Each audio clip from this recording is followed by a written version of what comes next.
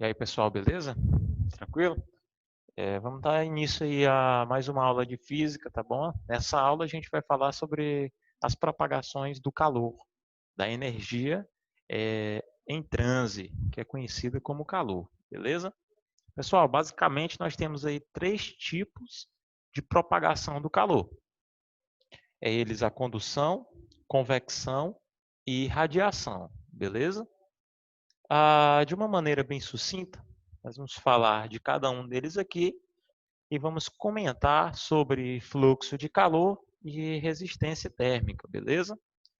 Isso que é muito importante, porque, porventura, a condução, falando da condução, que é uma das formas de propagação do calor, que ela ocorre nos sólidos.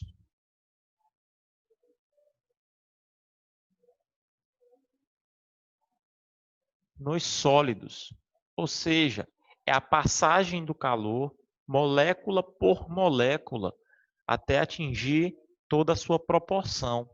É o exemplo lá da colher de ferro esquecida dentro da panela, onde você coloca a concha dentro da panela, a água com fervura, o alimento fervendo, faz com que a temperatura ela da colher aumente, o calor ele vem sendo transmitido de molécula por molécula. Quando você pega no cabo da colher, você sente a alta temperatura, que às vezes pode até machucar a mão quando você vai lá pegar. Desenhando aqui uma barra, tenho aqui uma barra em formato cilíndrico.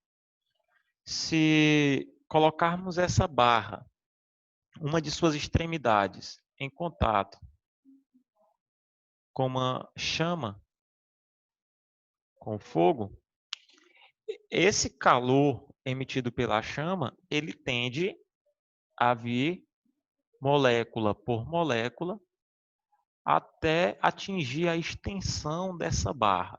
Pessoal, antes de falar de convecção e radiação, aproveitando o gancho da condução, vamos falar aqui do fluxo de calor. Por quê? É importante a gente saber que o fluxo de calor é a quantidade de energia transferida em um corpo em um determinado intervalo de tempo. Tranquilo? Beleza? Isso aqui é muito importante a gente ter isso aqui em mente, porque quando analisamos aqui essa barra e observamos, isso aqui para a gente é conhecido também como potência. A nossa unidade de medida aqui, ó, de energia é o joule, o tempo é o segundo, isso aqui é conhecido também como watts, tá certo? Que é a unidade de medida do fluxo de calor. É o quanto de energia que é transferida em um determinado intervalo de tempo.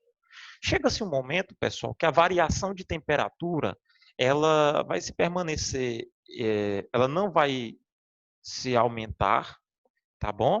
A variação de temperatura de um ponto para o outro, no livro de vocês tem uma barra com uma ponta no frio e outra no quente. A direção do calor, ela se dá sempre do quente para o frio. Ou seja, como assim, professor? Do lado de maior temperatura para o de menor temperatura. O fluxo do calor é sempre do de menor ou do de maior temperatura para o de menor temperatura. Então, ele tende a se deslocar. Só que aqui nós temos duas situações para o fluxo de calor. Ok? Quando a gente vai calcular aqui o fluxo de calor, é importante a gente observar que eu estou falando de uma barra no formato cilíndrico, como esse pincel aqui, ó. Então ele possui uma seção. Desenhando, como se eu cortasse aqui a barra, ou trouxesse ela aqui para uma forma. Isso aqui seria a seção da barra, ok? Essa seção, pessoal, ela tem uma área, tá bom? E essa barra, ela possui um comprimento, que nós vamos chamar de L. Então, o comprimento da barra nós vamos chamar de L. Essa seção, ela possui uma área, que é a área A. De uma extremidade à outra, se o calor, se ele está sendo transmitido, beleza. Se o calor ele está sendo transmitido, se está ocorrendo essa transição do calor, essa propagação do calor, aí ele vai percorrer um certo tamanho, ele tem uma área e vai ocorrer a variação de temperatura, porque só vai haver transferência de calor se houver a variação, ou se ocorre a transferência de calor, perdão, ocorre a variação de temperatura. Esse K aqui é uma constante de condutibilidade térmica, tranquilo? Esse K, ele varia conforme o tipo de material, beleza? Então, pessoal, quanto maior for a seção, essa seção aqui, que ele tem uma área A, que é essa área aqui, ó. Então, quanto maior for essa área aqui, maior vai ser o fluxo. Ou seja, quanto maior for a variação de temperatura, maior também é o fluxo, tá certo? Agora, se eu pego uma barra bem grande, se eu aumento o comprimento da barra, eu vou diminuir o fluxo de calor, tá certo? Isso é importante a gente saber essas características aqui. Então, há duas maneiras de eu calcular o fluxo de calor, beleza? Quantidade de energia térmica dividido por um intervalo de tempo, ou essas relações aqui da constante de condutividade térmica, a área ou seção, geralmente eles vão falar assim, uma barra de seção, tantos milímetros quadrados ou tantos metros quadrados, tá bom? E a variação de temperatura. Tudo isso dividido pelo comprimento da barra, ok? Geralmente é uma barra cilíndrica. Muitas das vezes essa barra ela tem um formato cilíndrico. Muitas das questões. Só que alguns materiais apresentam uma resistência térmica. Essa resistência térmica ela é calculada da seguinte forma. Esse Rzinho, que é a constante de resistência, vezes o comprimento da barra dividido pela área ou pela seção. Lembrar que esse Rzinho aqui, em alguns livros, ele pode aparecer um Pzinho, assim, ó, que é o Rho. Muitas vezes vai aparecer o Rho no lugar do Rzinho. Lembrar que esse Rho ou Rzinho, pessoal, ele é o inverso do K aqui, ó, desse K, da constante de condutividade térmica. Então, ele também possui um valor tabelado. Muitas das vezes, dificilmente a questão ela não vai te dar, dificilmente vai vir sem esse valor. A questão ela te traz esse valor porque é um valor tabelado, tá certo? É um valor que ele vem numa tabelinha. Então, dependendo do tipo de material, ele vai te dar o valor dessas constantes aqui, beleza? Então, é basicamente isso aqui, fluxo de calor e resistência térmica. E aí vamos falar, ó, condução nos sólidos. Convecção nos fluidos.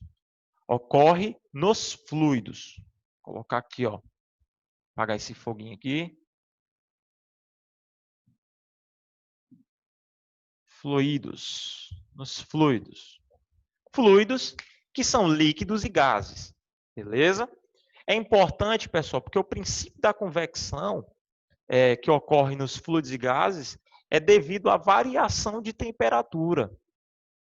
O princípio da convecção, por exemplo, é o princípio básico do ar-condicionado. O ar-condicionado ele é instalado aonde? Na parte de cima. O ar frio ele é mais denso do que o ar quente, ele vai para a parte de baixo, resfria e empurra o ar quente para cima. E vai ficar fazendo esse ciclo. O ar frio desce, o ar quente sobe. Esse ciclo, devido à variação de temperatura dos fluidos, é que nós chamamos de convecção, ou seja, a propagação de calor que ocorre, que se dá nos fluidos, tá certo? Condução é a propagação do calor que se dá nos sólidos, e a convecção é a propagação do calor que se dá nos fluidos. É o que ocorre também dentro da geladeira, é o princípio do ar-condicionado, tá certo? São exemplos da aplicação do princípio de propagação do calor por convecção.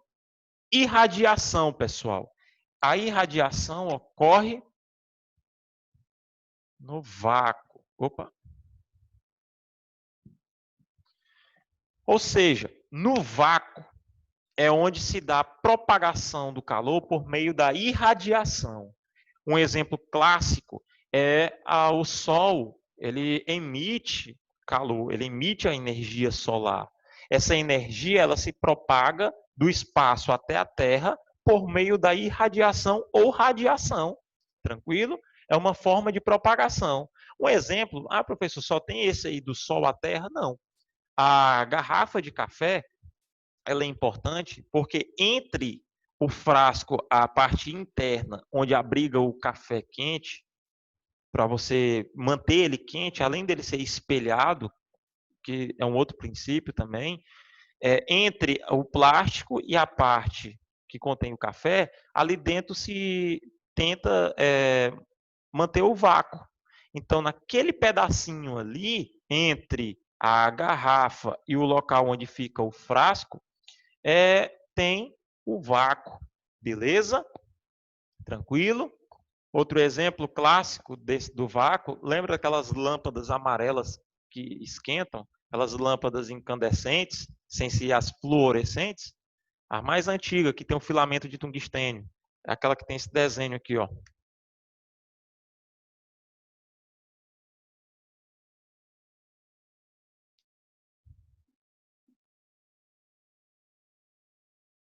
Aí tem aqui os polos e tem um filamento de tungstênio. Pessoal, essa lâmpada aqui, o ponto de fusão do vidro, ele é muito alto. Só que ele não chega a 3.000 graus Celsius, não. Esse filamento de tungstênio aqui, do meio daquela lâmpada, ele chega a aproximadamente 3.000 graus Celsius. Professor, então por que não derrete o vidro? Porque entre o vidro e o filamento de tungstênio tem o vácuo. E é isso que faz com que o vidro não derreta. A propagação do calor, devido à alta temperatura que chega aqui, se dá até o vidro por meio da irradiação. Se você furar, se houver um pequeno furo que seja, mínimo que seja, aqui dentro, essa lâmpada, ela explode, tá bom? Pode provocar um acidente aí, tá certo? Então, é basicamente esses três tipos aqui de propagação do calor, tá bom? É um capítulo bem curto, tá bem? De fácil entendimento. Tentem resolver os exercícios, na medida do possível a gente vai tentando fazer aí as correções. Nas aulas seguintes a gente vai dando sequência aí no roteiro. E no mais a gente fica nessa aula por aqui. Espero que tenham entendido os princípios de propagação do calor, questão do fluxo de calor e a resistência térmica, tá bom? Um abraço, fiquem com Deus e até a próxima, meus queridos.